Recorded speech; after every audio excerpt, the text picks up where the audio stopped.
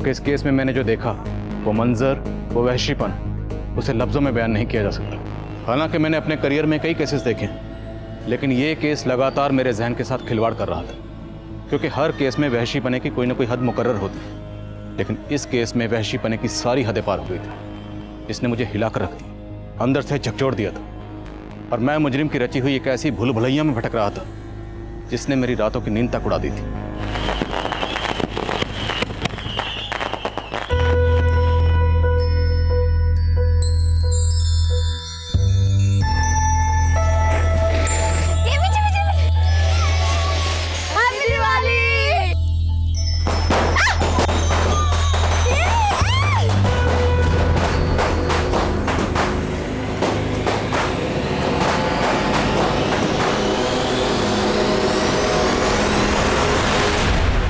तू अपनी हद में रहा कर।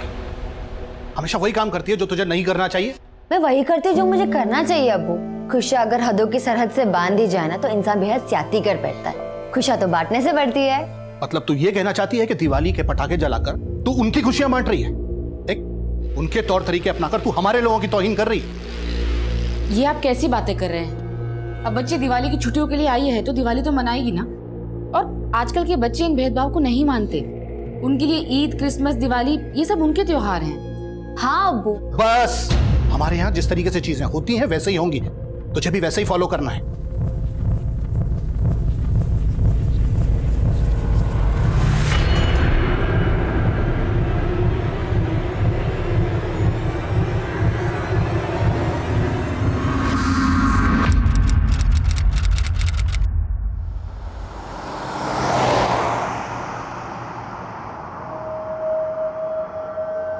तुम्हारे अब्बू नहीं है यहाँ, फिर भी हिजाब पहना हुआ है, और तुम तो खिलाफ थी इसके। आपको ऐसा क्यों लगता है आफाक भाईजान? मुझे इस तहजीब से कोई शिकायत नहीं है, पर शायद आप ये सोच रहे हैं मैंने ये उतार दिया तो अब्बू से मेरी चुगली करने का आपको मौका मिल जाएगा। क्यों?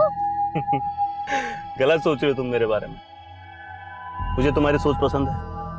मैं तो खुद कदम से कदम मिला के चलना चाहता हूँ तुम्हारे साथ। पर मेरे साथ कदम से कदम मिलाना आपके लिए आसान नहीं होगा।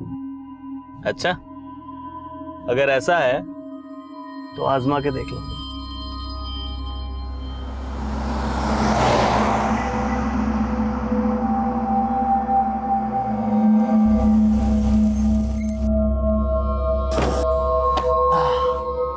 चलिए, अल्लाह हाफिज। अच्छा, सिर्फ किताबों में सर मत खपाना, ये जिंदगी उससे भी ज्यादा दिलचस्प है।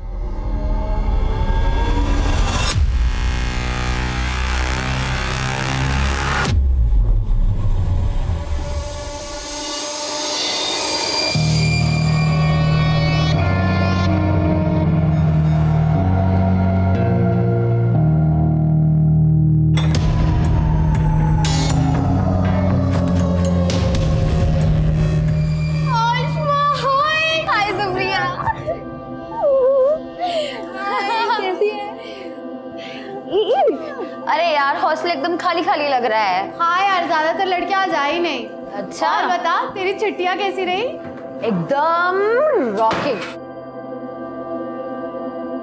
तुम लोग सिगरेट पी रही थी? तो तुझे क्या लगा हम यहाँ पर अगरबत्ती जलाएंगे? Very funny. तुम लोग ना सुधरोगे नहीं। सुधरना तो तुझे आसमा, और तुझे सुधारने के लिए हमने एक प्लान बनाया है। अच्छा, क्या प्लान किया तुम लोग ने?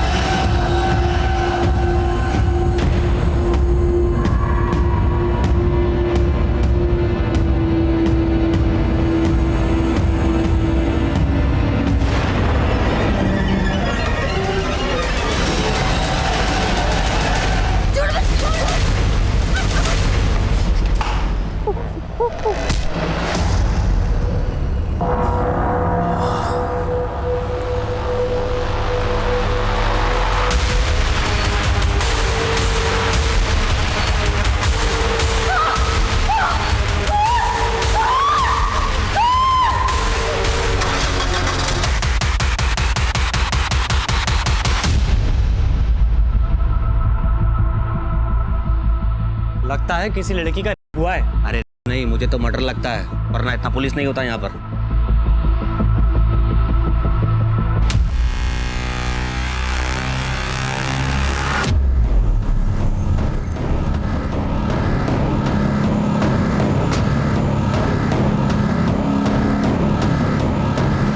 जय हिंद सर, बहुत ब्रूटल मर्डर है सर।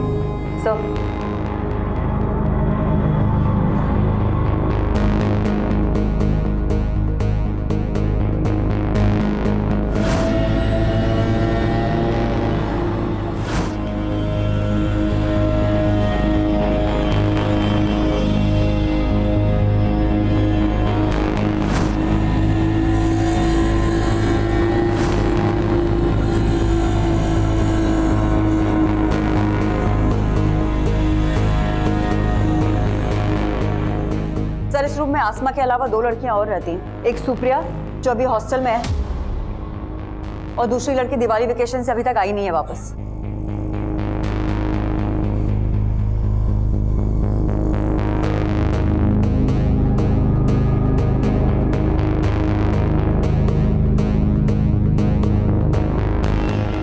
सर, इसी टेबल पर से हमें ये स्विच ऑफ मोबाइल भी मिला है। कस्टडी में लो। सुप्रिया, तुम आसमा की रूममेट, आसमा का बेड, तकिया सब कुछ खून से लथपथ है, और तुम कह रही हो तुम्हें कुछ नहीं पता? सर, मैं कुछ नहीं छुपा रही हूँ सर। मैं रात को रूम में नहीं थी, मैं अपने फ्रेंड्स के साथ उनके रूम में थी, और जब हम गए थे तो आसमा अकेली थी रूम में। देख आसमा, तुझे नहीं आना तो कोई बात नहीं, लेकिन दरवाजा अंदर से बंद मत करना। मैं रात को आऊंगी तो तेरी नींद डिस्टर्ब हो जाएगी। तो तुमने जानबूझ के आसमा को दरवाजा खुला रखने के लिए कहा था? हाँ, लेकिन मैं सच कह रही हूँ सर। मैं अपने फ्रेंड के साथ उनके रूम में थी और उनसे बातें करते करते मैं सो गई, और जब सुबह उठी तो देखा।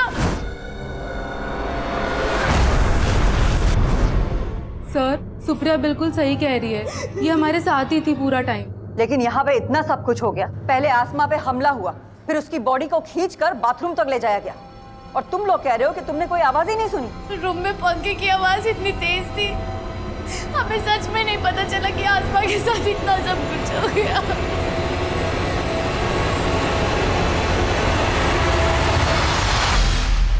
जरूर को कुछ छुपा रहा है। हो सकता है सर, लेकिन आसमा की लाश को देख के ऐसा लगता है जैसे उसके साथ भी हुआ था। जरूर कोई लड़का इन्वॉल्व है, लेकिन ये गर्ल्स हॉस्टल है सर, और वार्डन का कहना है कि यहाँ पे 24 घंटे तक सिर्फ एक गार्ड ही रहता है, और एक कुक है जो सुबह आता है और रात में चला जाता है। गार्ड को हमने हिरासत में ले लिया है सर। हाँ सर, ये वही कुक है जो सुबह 6 बजे आता है और रात को 10 बजे डिनर के बाद चला जाता है। उसके बाद सोने से पहले मैं खुद पूरा राउंड लगाती हूँ। कल रात 11 सवा 11 बजे मैंने पूरा राउंड लगाया था, लेकिन सर तब सब कुछ ठीक था, और सुबह सुप्रिया की 5 बजे आवाज आई, तब सब पता चला। आसमा का हॉस्टल में किसी से कोई झगड़ा? नहीं सर।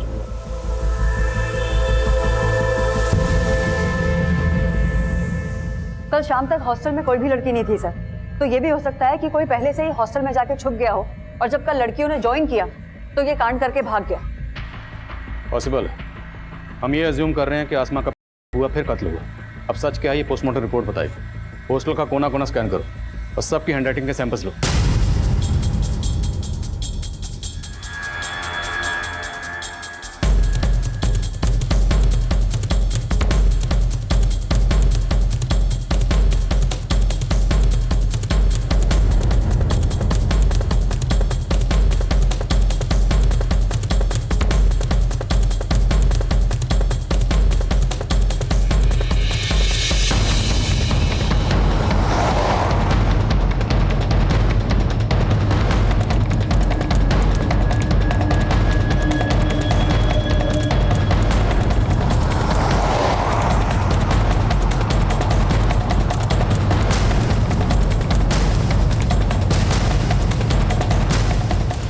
इतना ऊंचा है सर कि यहाँ से आना और भागना दोनों ही पॉसिबल नहीं है।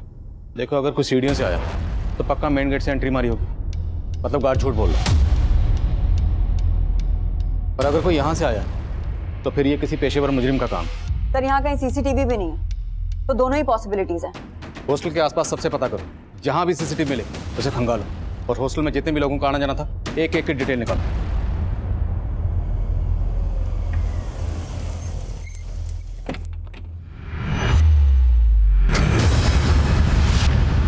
भैया हुआ क्या है?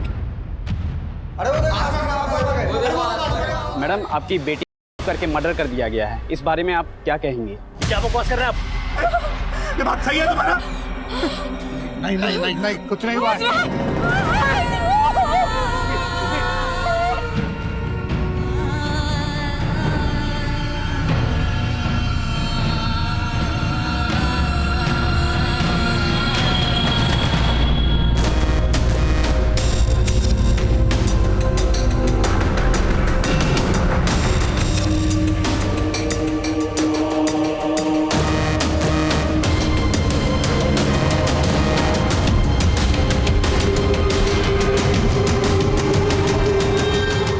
थर्ड फ्लोर पुलिस ने सील किया हुआ है।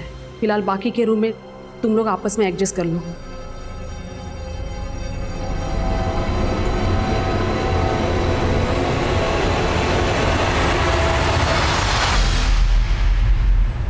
मैं ऐसे कैसे विश्वास कर लूं कि मेरी आसमा? आप बैठिए, मुझे कुछ नहीं पता, मुझे एक बार मेरी बेटी को दिखा दीजिए प्लीज, मुझे एक बार मेरी बेटी को देख लेने दीजिए ना मैडम। मैम आप बैठिए प्लीज।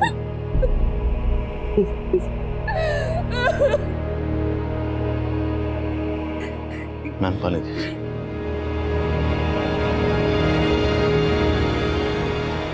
देखिए, आसमा की बॉडी को हमने पोस्टमार्टम के लिए भेजा है। मैं वो सब कुछ नहीं जानती, मुझे बस एक बार मेरी बेटी से मिल लेने दीजिए, एक बार। देखिए, मैं समझ सकता हूँ एक माँ के नाते ये वक्त आपके लिए आसान नहीं है, पर मैं आपको बताना चाहता हूँ कि आसमा की बॉडी की जो हालत है वो देखना आपके लिए और भी मुश्किल होगा। आपके कह देने से मैं मान लूं कि मेरी बच्ची, अरे कल ही तो उसे हंसता खेलता देखा था। अम्मी इतनी मुश्किल से पैक किया था, अपने ऑफिस खोल दिया। अरे ये देख, घर के बने लड्डू हैं, तूने रखना ही भूल गई थी। अब्बू आप इतने चुप चुप क्यों है? लगता अभी भी मुझसे नाराज है। बेटा ख्यालात तो तेरी अम्मी से भी नहीं मिलते हमारे, फिर भी निभा लिया ना। तू तो बच्ची है हमारी। वाह फूफा, अस्सलाम वालेकुम फूफी। आज ये आसमा झुक गया या जमीन पे रह के आप भी आसमा छू बैठे? अफाक भाईजान, अफा की तरह जलना तो आपकी फितरत है ना? जब देखो अब्बू और मेरे बीच में आग लगाते रहते हैं। तो कल रात को उसे हॉस्टल ड्रॉप करके आया था और आज सुबह। देखिए, जिस तरह से आसमा को मारा गया काफी दिल दहलाने वाला है। ये जरूर किसी ऐसे शख्स का काम है जिसकी आसमा से गहरी रंजिश रही होगी। तो क्या आसमा ने कभी आप लोगों से इसके खिलाफ कुछ कहा था? नहीं सर, उसने कभी कुछ ऐसा नहीं बताया।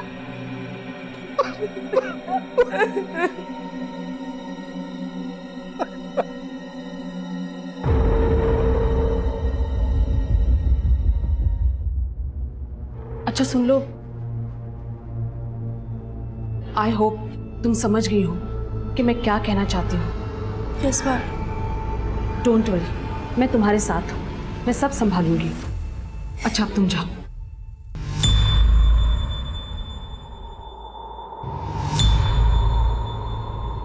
हमने कई लोगों की हैंडराइटिंग ली है सर, लेकिन किसी की भी लिखावट इस लेटर की लिखावट से मैच नहीं करती। हमने बहुत सारे लोगों के फुटप्रिंट्स भी लिए हैं, लेकिन अभी तक किसी के खिलाफ कुछ पता नहीं चल पाया। क्राइम सीन पर ये लेटर मिला और आसमा के बदन पर छायापुरी लिखा हुआ। छायापुरी नाम का कोई मैगजीन भी है ना? जी हाँ सर, इस मैगजीन के अंदर सेक्स रिलेटेड कंटेंट ही छपता है। मैं कमिंग सर? क्या मैं? सर आसमा की प्रीलिमिनरी पोस्टमार्टम रिपोर्ट आ गई है। सर रिपोर्ट के मुताबिक आसमा हुआ और उसकी मौत सर पे चोट लगने की वजह से हुई थी। आसमा पर हमला हुआ उसके रूम में, फिर उसकी बॉडी को ड्रैग करके बाथरूम तक ले जाया गया। उसकी बॉडी के पास ही लेटर मिलता है जिस पर किसी वहशी ने नफरत का अफसाना लिखा। उसके बदन पर लिखा जाता है छायापुरी। छायापुरी जो कि ऐसा मैगजीन है जो ज़्यादातर रिलेटेड कंटेंट छापता है। तो ज़रूर ये किसी महीने का काम है या फिर किसी ऐसे शख्स का जो आसमा से गहरी नफरत करता है, या फिर किसी सरफरे का। सबकी लिस्टिंग करो और शहर के सभी इंस्टीट्यूट को उठाओ और तोड़ो एक एक को। आसमा रेप और मर्डर केस में जहां हम एक तरफ आसमा की जिंदगी के पन्ने पलट कर देख रहे थे, वहीं दूसरी तरफ हमें इस केस में किसी बाहरी एंगल की पॉसिबिलिटी भी नजर आ रही थी। इसलिए हमने शक की बुनियाद पर कई हिस्ट्री शीटर्स को उठाया।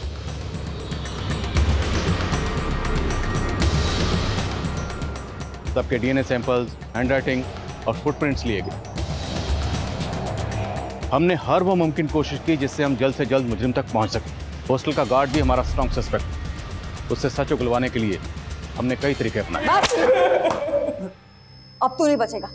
तेरा डीएनए टेस्ट लेंगे और 2 मिनट में पता चल जाएगा कि आसमा का मर्डर और तू नहीं किया। मैडम मैं आपको सब कुछ बताना चाहता था, लेकिन वार्डन मैडम ने रिक्वेस्ट की थी कि मैं रमन भाई के बारे में आपको कुछ भी ना बताऊं। रमन कौन है? वार्डन मैडम का छोटा भाई। उनका अक्सर हॉस्टल में आना जाना है और वो कल रात भी आए थे। उनका हॉस्टल में दीप्ति नाम की एक लड़की से अफेयर है। रहता कहाँ है वो?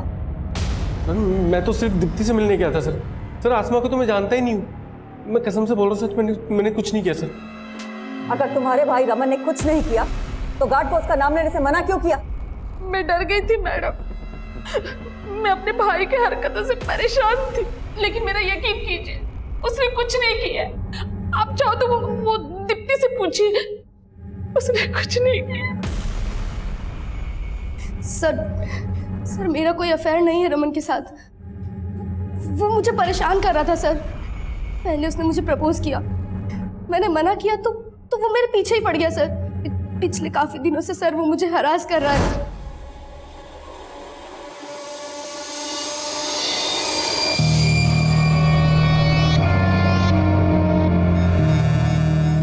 मैं उसका फोन नहीं उठा रही थी तो वो उस रात हॉस्टल में आ गया।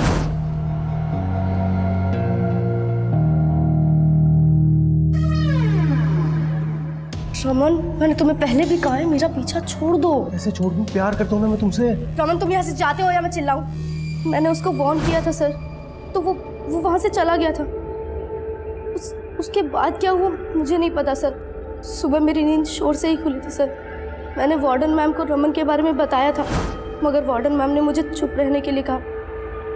मुझे नहीं पता रमन ने आसमा के साथ कुछ किया या नहीं। तो दीप्ति की तरह तो आसमा के पीछे पड़ा होगा। तुझे लगा दीप्ति नहीं तो आसमा? नहीं सर, ऐसा कुछ नहीं है सर। मैं दीप्ति से प्यार करता हूँ। मिलने दीप्ति से गया हो, लेकिन आसमा ने तुझे देख लिया। वो शोर ना मचा दे इसलिए तूने उसे। नहीं सर, ऐसा नहीं है सर। मैं तो तभी वहां से चला गया था। अरे साहब, छायापुरी मैगजीन तो हर नुक्कड़ और चौराहे पे बिकती है। अब एक ऐसा छायापुरी मैगजीन पढ़ता है, उसको ढूंढना तो समुद्र में सुई ढूंढने जैसा है। लेकिन ढूंढना तो पड़ेगा। ठीक है साहब, आप बोलते हो तो कोशिश करके देखता हूँ। हेलो, हाँ बोल। सर गार्ड और रमन दोनों वहीं अटके हैं, लेकिन उनके फुटप्रिंट का साइज क्राइम सीन पे मिले फुटप्रिंट के साइज से मैच करता है। मैंने दोनों के डीएनए सैंपल्स भी ले लिए हैं सर, लेकिन रिपोर्ट आने तक वेट करना पड़ेगा। ये दोनों इतनी आसानी से कुछ नहीं उगलने वाले। क्राइम सीन से हमें जो आसमा का फोन मिला था उसे अच्छे से स्कैन करो, उससे हमें कोई ना कोई क्लू जरूर मिलेगा। मैगविन सर, हमें सर हमने हॉस्टल के आसपास के सारे सीसीटीवी खंगाले। क्राइम वाले दिन हॉस्टल के पीछे की तरफ एक कार वहां के सीसीटीवी में कैप्चर हुई थी। सर मैं वहाँ की फुटेज लाया हूँ। प्ले करो। सर इस गाड़ी का नंबर विजिबल नहीं है। मैंने इस गाड़ी के बारे में आसपास के लोगों से पूछताछ की, लेकिन पहले किसी ने भी इस गाड़ी को यहाँ नहीं देखा। सर सस्पिशियस बात यह है, ये गाड़ी रात को 1 बजे यहाँ आई, इस गाड़ी में से कोई उतरा और फिर अर्ली मॉर्निंग वापस आया। जिस डायरेक्शन में ये गाड़ी गई है उस डायरेक्शन के सीसीटीवी खंगालो। हो सकता है वहाँ के किसी सीसीटीवी में इसका नंबर कैप्चर हुआ। Okay sir.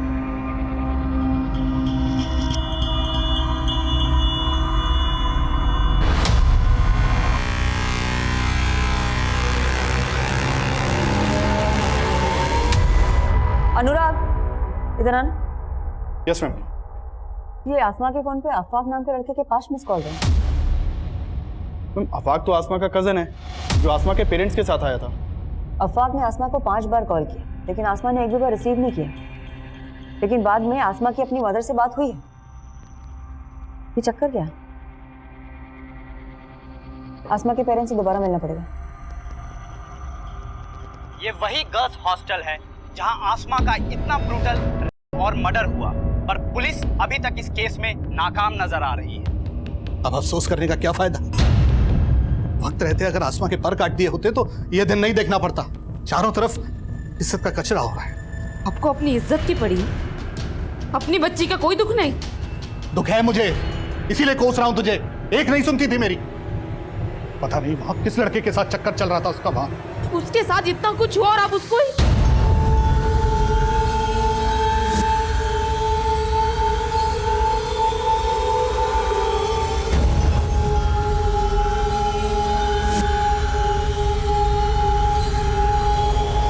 कहां जा रही हो तुम? मुझे अपनी बेटी को इंसाफ दिलाना है और आपको ये साबित करना है कि मेरी बेटी गलत नहीं थी। गलत वो था जिसने मेरी बेटी के साथ।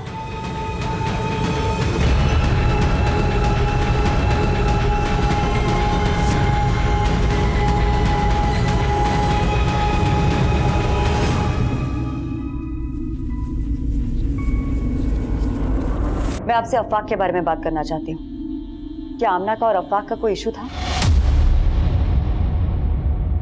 कैसी बातें कर रही हैं मैडम? भला अफाक का आसमा से क्या इशू होगा? देखिए, मर्डर वाली रात को अफवाक ने 5 बार आसमा को फोन किया था और उसने एक भी बार उसका फोन नहीं उठाया। और उन 5 मिस्ड कॉल्स के बाद उसकी बात आपसे हुई थी। क्या बात हुई थी? बस नॉर्मल बातें हुई थी। हाँ अम्मी, मैं ठीक हूँ और अच्छे से पहुंच गई थी। बस ठीक से रहना। तो अकेली रहती है ना तो दिल में फिक्र सी रहती है। आप मेरी टेंशन मत लो अम्मी। अच्छा अब्बू से बात करवाओ। अरे तेरे अबू तो बाहर टहलने गए हैं और फोन भी घर पर छोड़ गए। अच्छा, मुझे उनसे कुछ बात करनी थी, आएंगे तो फोन करवाना। अच्छा, ऐसी क्या बात है जो सिर्फ अबू से करनी है, मुझसे नहीं? ऐसा कुछ नहीं अम्मी, बस बात करनी थी कुछ। अब्बू आएंगे ना तो मेरी बात करवाना उनसे। उस दिन मैं जरा देर से टहल कर घर वापस आया। इन्होंने बताया था मुझे लगा रात काफी हो गई है, इसलिए अगले दिन फोन करूंगा ये सोचकर सो गए हम लोग। लेकिन ऐसी क्या बात होगी जो वो आपसे ही करना चाहती थी? मुझे खुद कुछ समझ में नहीं आ रहा मैडम। देखिए, हमें पता चला है कि आसमा लिबरल थॉट्स की लड़की थी और शायद आपको उसकी इस बात से परेशानी भी थी। तो कहीं कुछ ऐसा तो नहीं कि आप हमसे कुछ छुपा रहे हो? कैसी बातें कर रही है मैडम आप?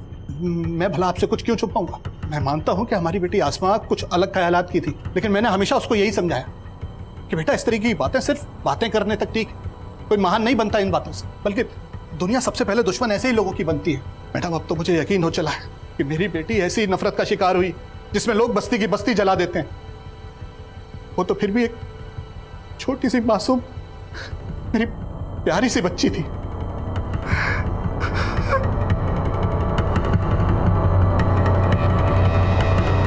ठीक है, मैं आता हूं। सर मैंने ब्रोथल में फील्डिंग लगाई तो एक टिंडा नाम के आदमी का मालूम चला। कौन टिंडा?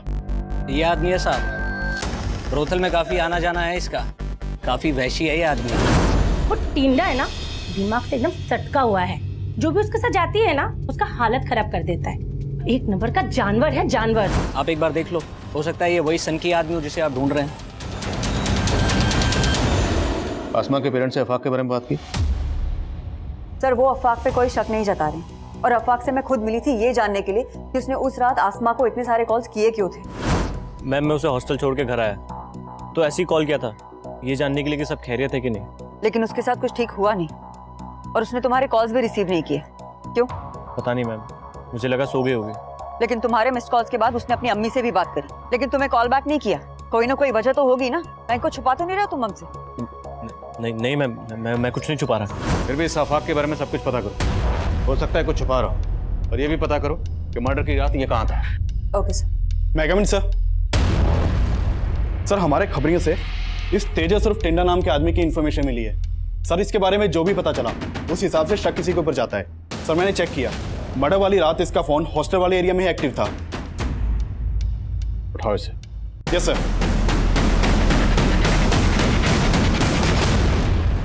मुझे क्यों लाए साहब? मैंने कुछ नहीं किया। तू क्या कर सकता और क्या नहीं कर सकता सब पता लगा लिया हमने। आसमा के ऊपर बुरी नजर थी ना तेरी। साहब मैं किसी आसमा वासमा को नहीं जानता साहब, और उस रात तो मैं किसी और आइटम के साथ था। किसके साथ था?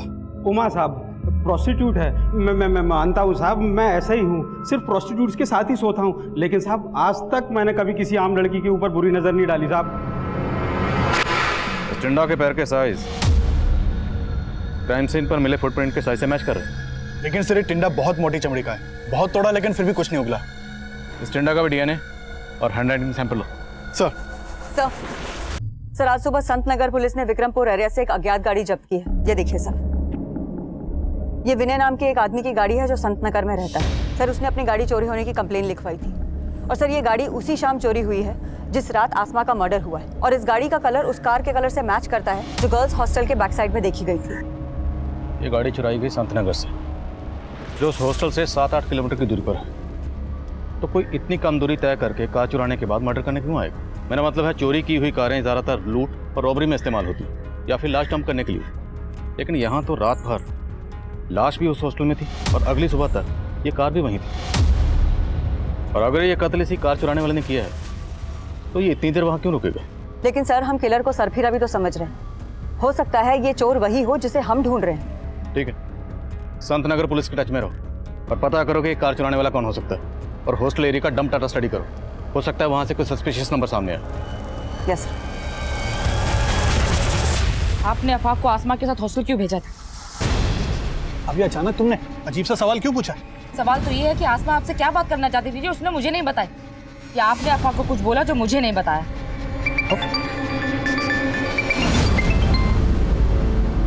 हेलो, पुलिस आपको गुमराह कर रही है। क्या?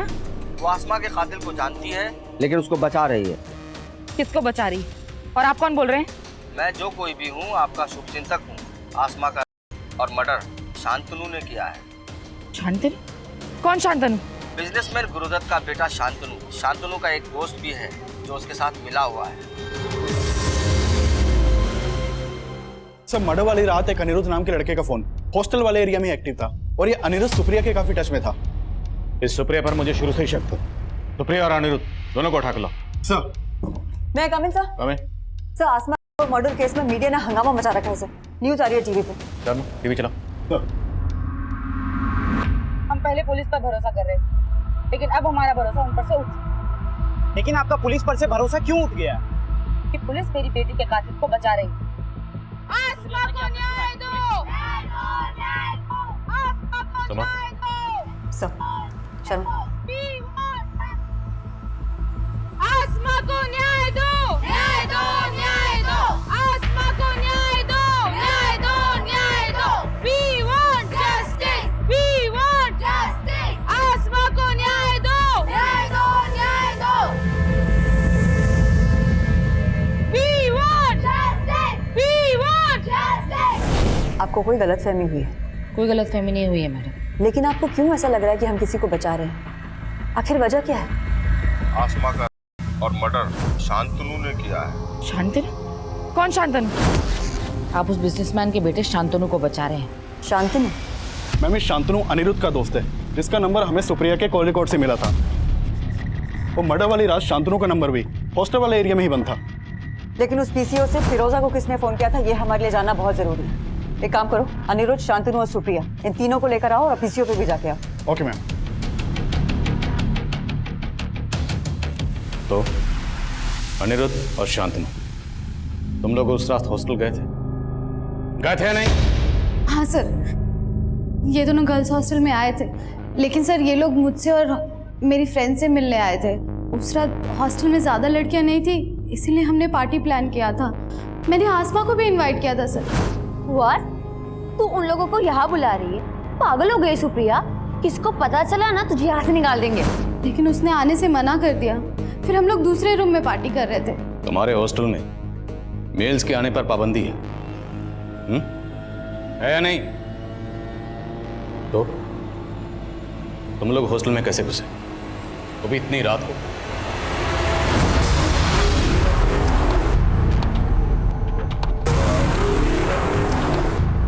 उसके बाद हम लोगों ने 2 घंटे तक एंजॉय किया और उसके बाद शांतनु और अनिरुद्ध दोनों चले गए थे सर। उसके बाद सच में मैं अपने फ्रेंड्स के साथ ही सो गई थी। तुम चुप रहोगे? तुम्हें क्या लग रहा है हम तुम्हारी बातों में आ जाएंगे? तुम इन्हें बचा लोगी? बोलो तुम लोग, साफ साफ बोलो, उस रात हॉस्टल में क्या हुआ था? सर हमने आसमा के साथ कुछ भी नहीं किया है सर, बिलीव अस। सर मैं मानता हूं कि हमने गलती की, लेकिन हमने कुछ नहीं किया सर। सर मैंने अनिरुद्ध और शांतनु के डीएनए और हैंडराइटिंग सैंपल्स लेने के लिए बोल दिया है। माना है तीनों झूठ बोले, लेकिन वो आदमी कौन होगा जिसने पीसीओ से फोन करके फिरोजा को शांतनु के बारे में बताया? सर मैं उस पीसीओ पे भी गया था, वहां कोई सीसीटीवी नहीं था और उस पीसीओ पे ये भी नहीं पता चल पाया कि ये कॉल किसने किया होगा। हमारी रडार पर सिर्फ शांतनु नहीं बल्कि अनिरुद्ध, सुप्रिया, हॉस्टल वार्डन सुनीता, सुनीता का भाई रमन और टिंडा भी शामिल थे। इन सबको हम स्ट्रॉन्ग सस्पेक्ट मान रहे थे। लेकिन सवाल यह था कि वो गुमनाम कॉलर कौन था जिसने आसमा की अम्मी को फोन करके सिर्फ शांतनु को आसमा का गुनहगार बताया था, जिसकी वजह से आसमा की अम्मी ने एक ऐसा जज्बाती कदम उठाया और उस कदम को मीडिया ने इतना उछाला कि लोग अब हमारी काबिलियत पर ही शक करने लगे थे। मुझे इस केस से हटाने की मांग उठने लगी थी, लेकिन मेरे सीनियर ने मेरा साथ दिया और अब मैंने तय कर लिया कि मुझे ये केस जल्द से जल्द सॉल्व करना है। हमने सारे सस्पेक्ट्स को बारीकी से इन्वेस्टिगेट करना शुरू किया।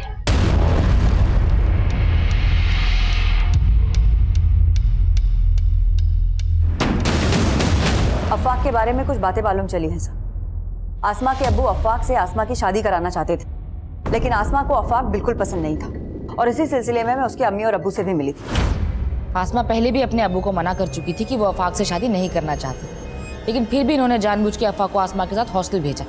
नहीं मैडम, ऐसा कुछ भी नहीं है। मैं बस ये चाहता था कि अफाक और आसमा एक दूसरे को जान लें, समझ लें। और मैं गारंटी से कह सकता हूँ मैडम, अफाक ने आसमा के साथ कुछ भी गलत नहीं किया होगा। आसमा की फैमिली काफी कंजर्वेटिव है सर, और आसमा आजाद ख्यालों की लड़की थी। आसमा की अम्मी ने हमें यह भी बताया कि आसमा को लगता था कि अफाक भी उसके पेरेंट्स की तरह कंजर्वेटिव ही होगा, और उसने अपने पेरेंट्स के सामने अफाक को साफ साफ मना भी कर दिया था। अफाक को मैंने हमेशा भाई की नज़र से देखा है, लेकिन अब आप कह रहे कि मैं शादी कर लूं? मैं अफाक से शादी नहीं करना चाहती। अगर कोई और पसंद है तो वो भी बता दे। अगर कोई और पसंद होता तो मैं बता देती, लेकिन मैं आपसे शादी नहीं करूंगी। फिर भी इस अफवाह को थाने में बुलाकर अच्छे से पूछताछ करो। राइट। मैं मानता हूँ आसमा मुझसे निकाह नहीं करना चाहती थी, लेकिन उस दिन मैं उसके अब्बू की मर्जी से उसके साथ गया था। मैंने उसे उसके फैसले के बारे में दोबारा सोचने के लिए बोला। मुझे तुम्हारी सोच पसंद है। मैं तो खुद कदम से कदम मिला के चलना चाहता हूँ तुम्हारे साथ। पर मेरे साथ कदम से कदम मिलाना आपके लिए आसान नहीं होगा। बहुत गुरूर था उसे खुद पे, साफ साफ मना कर दिया। और उसका गुरूर तोड़ने के लिए तूने उसे खत्म कर दिया। नहीं मैम, मैंने ऐसा कुछ नहीं किया। फोन तो करता था ना तू उसे, उसने तेरे फोन नहीं उठाए तो तूने वापस हॉस्टल पहुंचकर उसको खत्म कर दिया। मैंने ऐसा कुछ नहीं किया। मैं तो उससे प्यार करता था। मैं क्यों करूंगा ऐसा मैम?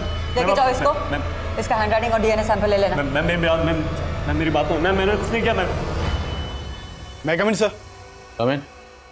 सर, आसमा के मदर को जिस पीसीओ से कॉल किया गया था, वो मैंने उस एरिया के सीसीटीवी स्कैन किए, उसमें एक सस्पिशियस आदमी कैप्चर हुआ है। उठाओ इसे। सर। सर, मैंने कुछ नहीं किया। मैं अपने बेटे चिंटू को बचा रहा था सर। चिंटू ने ऐसा क्या किया? दरअसल चिंटू दुकान का सामान देने हॉस्टल जाता था सर। वो बच्चा था इसलिए गार्ड भी उसे अंदर जाने देता था, लेकिन बचपने में वो आसमा को पसंद करने लग गया था। मेरे ही मोबाइल से उसने आसमा के कुछ वीडियो रिकॉर्ड कर लिए थे। Video recording? कैसे वीडियो? नॉर्मल सा वीडियो सर, जो मैंने अब डिलीट कर दिए हैं। मुझे ऐसा लगता था कि कहीं आप उसकी वजह से मेरे बेटे तक न पहुंच जाए, इसीलिए मैंने पीसीओ से झूठा कॉल किया था। आसमा और मर्डर शांतनु ने किया है। सर, मुझे मालूम था कि शांतनु और उसका दोस्त हॉस्टल में जाते थे। मुझे शुरू से लग रहा था कि ये काम उन दोनों लड़कों ने किया है, इसीलिए सर मैंने ये सब वो किया। आसमा पर मर्डर केस में अब एक नाबालिग बच्चे चिंटू की कुछ ऐसी हरकतें सामने आई जिसने इस केस को एक नया मोड़ दे दिया। लेकिन चिंटू के फादर ने जो शातिरपना किया था उसे भी हमारी सस्पेक्ट लिस्ट में जोड़ रहा था। हमने उसका डीएनए, हैंडराइटिंग सैंपल्स और फुटप्रिंट्स ली, और आसमा के कजन अफाक के भी हम डीएनए रिपोर्ट का इंतजार कर रहे थे। लेकिन इसके अलावा हमारे हाथ कोई पुख्ता सबूत नहीं लग रहा था। मैं एक अजीब सी गफलत में था। अक्सर यही सोचता रहता कि क्या हम सही डायरेक्शन में थे। ये केस मुझे लगातार झकझोर रहा। क्राइम सीन के मंजर मुझे रात भर सोने नहीं देते थे। ऊपर से मीडिया का प्रेशर इतना ज्यादा था कि मेरे सीनियर्स ने इस केस को सॉल्व करने के लिए मेरे लिए एक डेडलाइन मुकर्रर कर दी।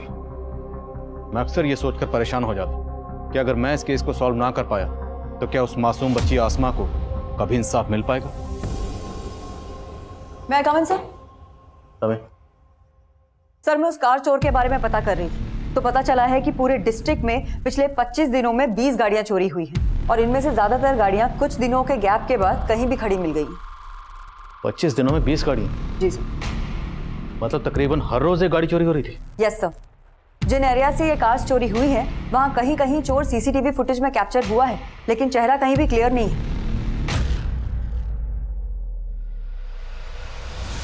ये देखिए सर, यहाँ कहीं भी इसका चेहरा क्लियर नहीं है, लेकिन सर इसकी चाल में एक लचक है जो हर फुटेज में एक जैसी है। और सर हॉस्टल के बैक साइड के सीसीटीवी फुटेज में भी उस आदमी की चाल में ऐसी ही लचक दिख रही थी। और सर हो सकता है कि हॉस्टल के बैक साइड में जो कार देखी गई थी वो भी इसी ने चुराई हो। लेकिन सर ये दुबला पतला आदमी जो सही से चल नहीं सकता, सर ये कैसे हिम्मत करके हॉस्टल के अंदर घुसा होगा और उसने आसमा का पर मर्डर किया होगा? हो सकता है ये वो ना हो जिसकी तलाश हमें, लेकिन फिर भी कंफर्म करना जरूरी है कि उस रात ये गाड़ी यही वहां लेकर आया था। हॉस्टल के आसपास सब जगह पता करो, क्या उस रात कोई ऐसा आदमी देखा गया था जो इसकी तरह लगना कर चल रहा था? सर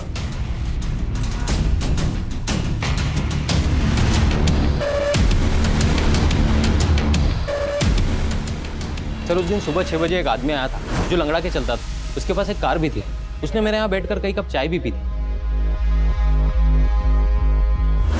अच्छा, उस आदमी का स्केच बना सकते हो? जी साहब, बनवा सकता हूँ। मैम, चाय वाले ने जिस आदमी के बारे में बताया था उसका स्केच है। पता करो इसका कोई क्रिमिनल रिकॉर्ड है क्या, और इस स्केच को हर जगह सर्कुलेट करो, हो सकता है इसके जानने वाला कोई मिले। Okay ma'am.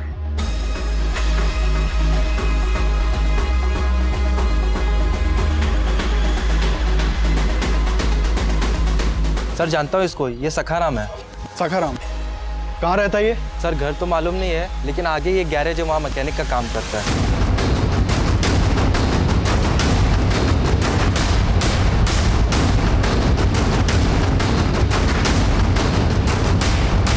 सखाराम,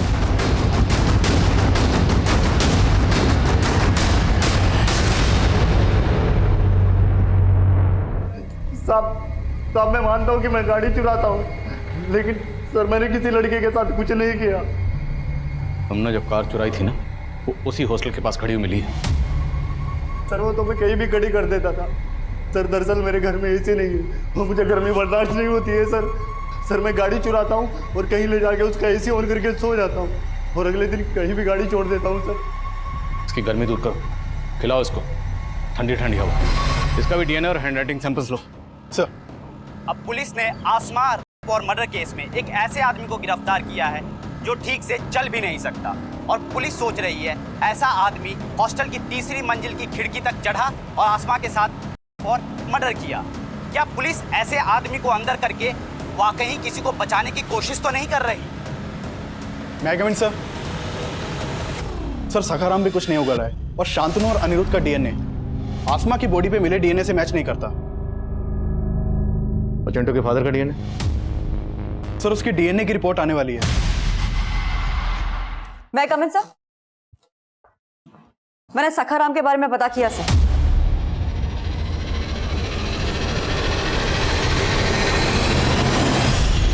अब तेरा नाटक खत्म। रिपोर्ट आ गई है, तेरा डीएनए मैच हो गया। अब अगर एक भी झूठ बोला ना तो तेरी हड्डी पसली कर दूंगा। सर मैं अपनी बीवी से तंग आ गया था, इसलिए मुझे हर औरत से नफरत हो गई। फिर एक दिन मुझे वो लड़की दिखी, वो मुझे पसंद आ गई थी सर। उसके बाद मैं उसके पीछे पीछे हॉस्टल गया। मालूम चला कि हॉस्टल बंद है और सारी लड़कियां छुट्टी पर गई। जब छुट्टियां खत्म हुई तो उसके बाद मैं उस रात वहाँ पहुँचा।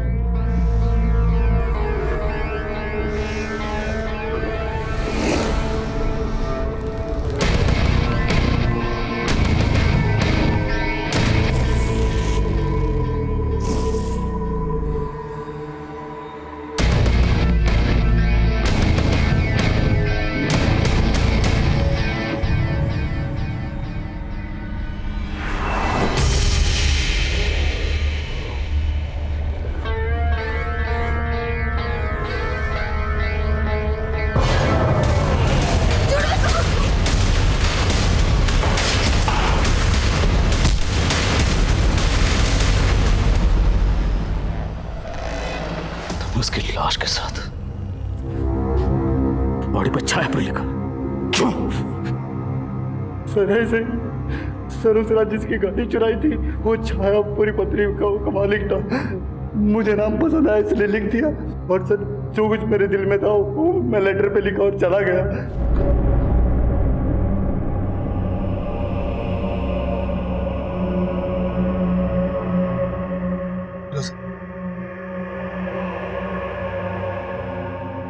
अब बोल रहे थे मेरी बेटी का वहां किसी लड़के के साथ चक्कर।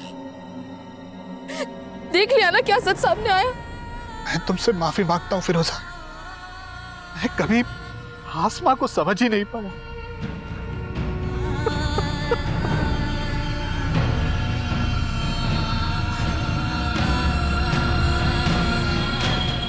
आसमा पर मर्डर केस का main accused Sakharam physically disabled था, इसलिए मीडिया उसकी इस कमजोरी का वास्ता देकर उसके बचाव की बातें कर रही थी। लेकिन जब सच्चाई सामने आई, उसने सबको हैरान करके रख दिया। सखाराम ने ना सिर्फ आसमा का कत्ल किया, बल्कि वो घायल आसमा को 100 मीटर तक घसीट कर ले गया, उसके साथ दरिंदगी करता रहा।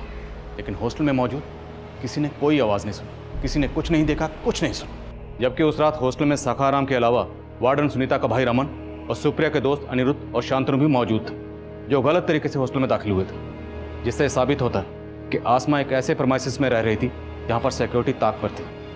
इसलिए उस रात आसमा के साथ जो भी हो, उसमें हॉस्टल के स्टाफ के साथ साथ बाकी लोग भी जिम्मेदार हैं। आज इंटरनेशनल वुमेंस डे पर आसमा की कहानी आप सभी को बताकर मेरा मकसद ये बताना है कि आसमा की मौत से सिर्फ उसके परिवार को गहरा नुकसान नहीं हुआ, बल्कि ये नुकसान हमारे पूरे समाज का नुकसान, क्योंकि हमने आसमा को खोकर एक ऐसी टैलेंटेड और सेंसिटिव शख्सियत को खोया है जो अपनी सोच से एक प्रगतिशील समाज के निर्माण का मादा रखती थी। उम्मीद है आसमा की कहानी हम सबको एक सबक देगी, जिससे हम अपने मुल्क की बेटियों को एक महफूज और बेहतर समाज दे पाएं।